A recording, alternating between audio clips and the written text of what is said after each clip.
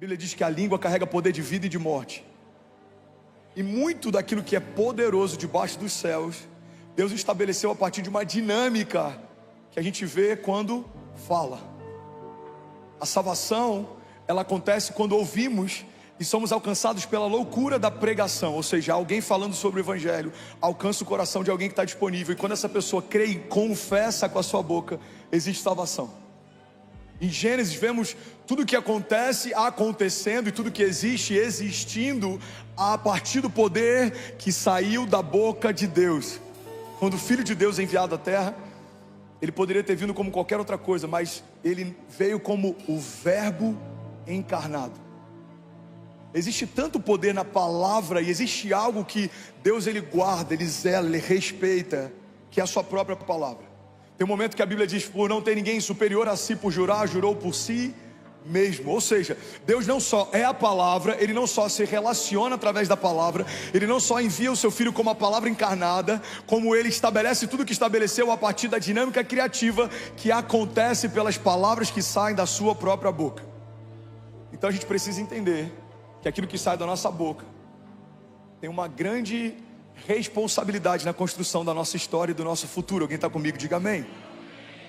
É sobre isso que eu quero falar nessa noite. Eu vou correr muito porque são muitos princípios, mas eu não quero que você saia daqui com metade da palavra. Eu quero que você saia daqui pronto para viver o maior romper da sua história, em nome de Jesus. Alguém concorda com isso? Diga amém. Primeiro princípio que eu quero compartilhar com você é que a fé é o nosso estilo de vida.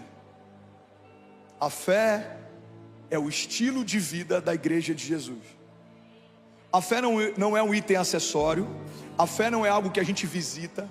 A fé não é algo que a gente carrega apenas. A fé é o nosso estilo de vida. Alguém que está vivendo a plenitude das promessas de Deus necessariamente precisa estar caminhando debaixo de uma dinâmica de fé. Olha o que a palavra de Deus diz em Romanos 1,17. Porque no Evangelho é revelada a justiça de Deus. Uma justiça que do princípio ao fim é pela fé.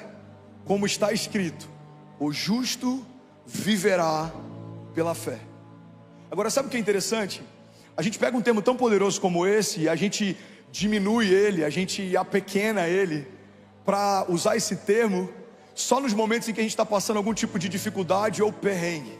Eu vou te dar um exemplo. Como é que você está, irmão? Cara, eu estou só pela fé. Irmão, como é que está 2023? Ah, irmão, só pela fé. Alguém já falou isso ou já usou esse termo com essa definição? Cara, e esse projeto, como é que está? Ah, irmão, esse projeto só pela fé. Diminuímos o termo viver pela fé como se ele fosse uma justificativa para uma vida que está sempre em busca de um livramento, uma vida que está sempre em busca de um socorro, quando na verdade no original, quando a Bíblia diz que o justo viverá pela fé, esse termo viver pela fé significa aquilo que dá origem a algo. Ou seja, viver pela fé significa viver a partir de uma fé que dá origem a algo. Então como que o justo vive? Vive a partir de uma fé que gera realidades. O justo vive a partir de uma fé que gera novas realidades. O justo profetiza aquilo que ouviu de Deus, e aquilo que ouviu de Deus se torna uma nova realidade. O justo profetiza aquilo que acessou nos céus, e aquilo que ele um dia acessou nos céus se torna em algum momento uma nova realidade. Por quê? Porque o justo vive pela fé. É impossível se Deus não agir, mas se torna inevitável quando Ele age. Era inalcançável se não fosse Deus quem tivesse prometido, mas porque foi Ele quem prometeu, se tornou inevitável. Não fazia parte do meu entendimento, os meus olhos naturais nunca viram. Não fazia parte da minha ciência ou da minha consciência, os meus ouvidos naturais nunca ouviram. Não fazia parte do meu coração, aquilo nunca havia acessado ele. Mas é isso que Deus preparou para aqueles que amam a Deus e caminham debaixo do seu propósito. Deus tem algo para você que é impensável, inédito, inaudito, inimaginável, inalcançável, impossível. Mas se cremos e não duvidarmos, e se nos movemos debaixo da palavra da fé, viveremos cada promessa que Deus nos fez, dia após dia, de glória em glória. Alguém comigo aqui, pelo amor de Deus, diga amém. Isso não é romantizar o Evangelho. Isso é o Evangelho na prática. E o seu pastor, debaixo de muito temor, eu quero falar isso. tem carregado frutos, ou se a gente quiser usar uma linguagem mais contextualizada, seu pastor tem carregado resultados da palavra da fé. Se você olhar o André Fernandes de 10 anos atrás e o André Fernandes de hoje, se você olhar a Kezinha de 10 anos atrás e a Kezinha de hoje, ontem quando o Kaique veio aqui do Nici, ele falou: eu ainda lembro de você vendendo camisas para projetos missionários lá no Rio de Janeiro. Eu falei: pois é, Kaique, agora eu estou sonhando em construir uma vila e um orfanato na África, das camisas para uma vila. Eu falei: lembra daquela época? Tinha um filho, agora a gente tem 3. Eu falei: daquela época pra cá muita coisa aconteceu, cara. Eu falei pra ele na beira do lago ali. 2017 eu quase morri. 2020 eu fui despejado com a Kezinha grávida do nosso segundo filho. Mas olha o que Deus está fazendo. De repente, Deus abriu as comportas dos céus e começou a cumprir de forma acelerada as suas promessas. Mas de repente leva muito tempo para acontecer. Promessas acumuladas, promessas que foram contidas, talvez porque não estávamos prontos ou porque não era o tempo de acessá-las.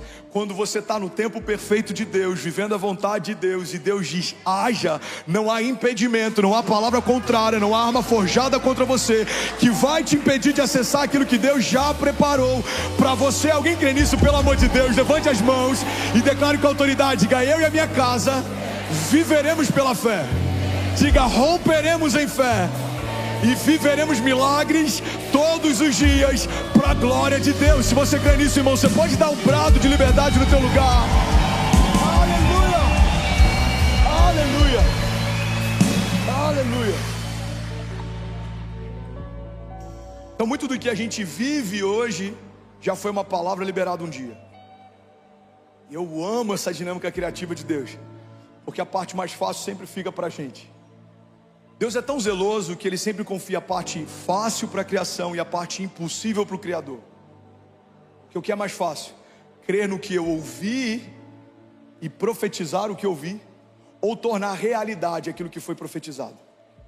O que é mais fácil? Ouvir de Deus que um vale de ossos secos pode voltar a viver e profetizar segundo aquilo que foi ouvido, ou fazer um vale de ossos secos ressequidos se tornar um exército poderoso? O que é mais fácil? Ouvir de Deus que em Alphaville há um epicentro de uma onda de avivamento e simplesmente subir em algum lugar e profetizar o que ouviu, ou fazer acontecer uma onda de avivamento a partir do nada? A parte mais fácil sempre fica para a gente, e ainda assim a gente muitas vezes tropeça nela, negligencia ela. Falamos o que Deus nunca falou, nos apegamos a opiniões que Deus não tem a nosso respeito. Me dá um exemplo, pastor. Alguém algum dia te disse que você não vai conseguir. Alguém que te conhece há alguns meses, talvez alguns anos, mas o Deus que te conhece desde a eternidade passada disse aquilo que já preparou para você. Tem muita gente que parou por causa de uma opinião de alguém, mas parou de se mover debaixo de uma palavra de Deus. Irmão, tanto faz o que pensam, o que dizem, o que acham, porque há uma palavra que Deus liberou sobre mim, há uma palavra que o Senhor liberou sobre nós, e ela é verdade e vida. Então não importa se não creem, se não acreditam, se não concordam, há uma palavra de Deus sobre você, e a partir dela algo vai acontecer. Alguém comigo aqui?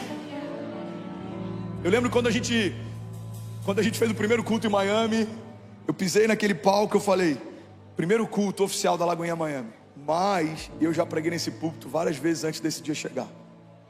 A mesma coisa aconteceu aqui em Alphaville.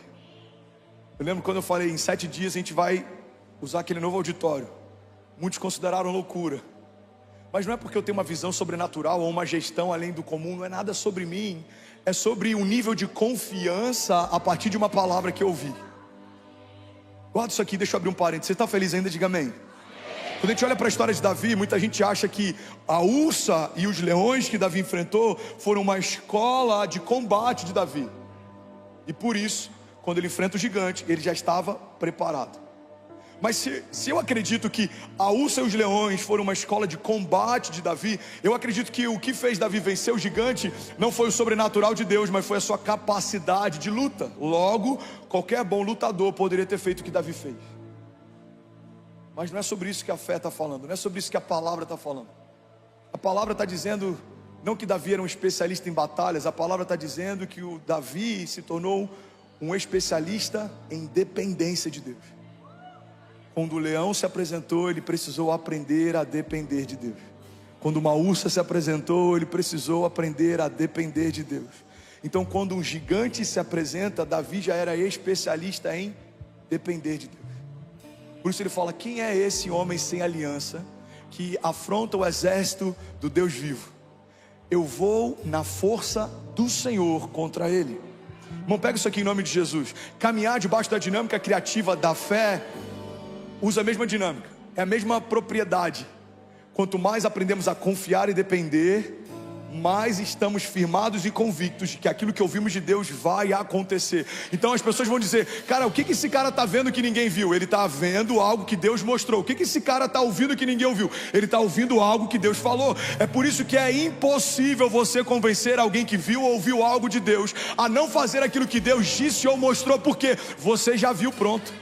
Vai falar para Neemias que não tem como reconstruir, ele já viu pronto. Vai falar para Noé que não é para fazer a arca, ele já viu pronto. Vai falar para Pedro, irmão, que não é para colocar o pé para fora, ele já viu Jesus chamando. Então tudo que você precisa é de uma palavra de Deus. Alguém comigo aqui, pelo amor de Deus. Aleluia. Você precisa de uma palavra ou de uma imagem. Deus vai te dar o que os americanos chamam de big picture, é aquela imagem completa. Você fala: uau, eu vi o meu futuro, eu entendi, eu acessei. Agora não tem como ninguém te convencer do contrário, porque você já esteve lá, você já viu, você já pisou, você já sentiu. Deus, ele sempre usou homens através de uma palavra profética que antecipava um tempo, para que esses homens pudessem governar além do seu tempo. José governou porque no tempo das vacas gordas ele fez o que ninguém fazia, porque ele ouviu de Deus o que ninguém ouvia. Então quando as vacas magras vieram, José governou. Por quê? Porque ele se antecipou. Quem se antecipa, governa. E foi assim com todos os outros heróis da fé. Abraão ouviu de Deus: sai dessa terra e do meio da tua parentela e vai para o lugar que eu te mostrarei. Ele saiu do lugar que ele estava, ele foi para um lugar que ele nem sabia qual era. E ele se torna o pai da fé. Foi assim com Noé: construa algo que você nunca viu para um tempo que você nunca viu. Mas porque ele foi o único que ouviu de Deus, a família dele foi a única que sobreviveu. Irmão, olha para mim, guarda isso aqui em nome de Jesus. Deus já comunicou muitas vezes com você a respeito do teu futuro, do teu destino profético, da agenda dos céus, do que Ele tem para o próximo ano. Mas se talvez você em algum momento não acessou ou você se esqueceu, o meu conselho como pastor, para quem é ovelha aqui, membro, e o meu conselho para quem está visitando é: persiga com tudo que você pode nos próximos dias uma palavra e uma visão de Deus. Porque se você começa o próximo ano correndo sem saber para onde vai, você só vai chegar mais rápido em lugar nenhum. Você precisa de uma palavra. Qual é a palavra de Deus para o próximo ano?